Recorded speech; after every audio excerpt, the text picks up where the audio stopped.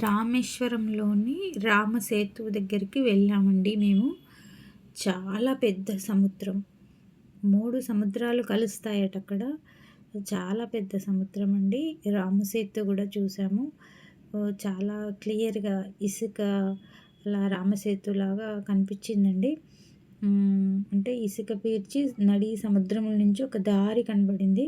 ఇది చాలా పెద్ద సముద్రం. మేమందరము సీనియర్ సిటిజన్స్ వెళ్ళాము. ఒక 40 మంది వరకు. రాములవారు ప్రతిష్ఠించిన లింగాన్ని చూసాము. సముద్ర స్నానము అన్నీ చేశాము. చాలా ఆహ్లాదంగా ఉంది. రామసేతును చూసినంతసేపు అక్కడ కాసేపు కూర్చొని చాలా బాగా రాముడు నిజంగా ఇక్కడ నడియాడా చాలా పులకించిందండి. అవన్నీ తలుచుకుంటే చాలాసేపు అక్కడ గడిపాము మేము రామసేతు దగ్గర. అక్కడ నుంచి ధనుష్కోటి వెళ్ళాము. అక్కడ కూడా రాముల వారి విగ్రహాలు ఉన్నాయి. రాముడు, లక్ష్మణుడు, సీతాదేవి, ఆంజనేయ స్వామి. చాలా బాగుందండి గుడి కూడా.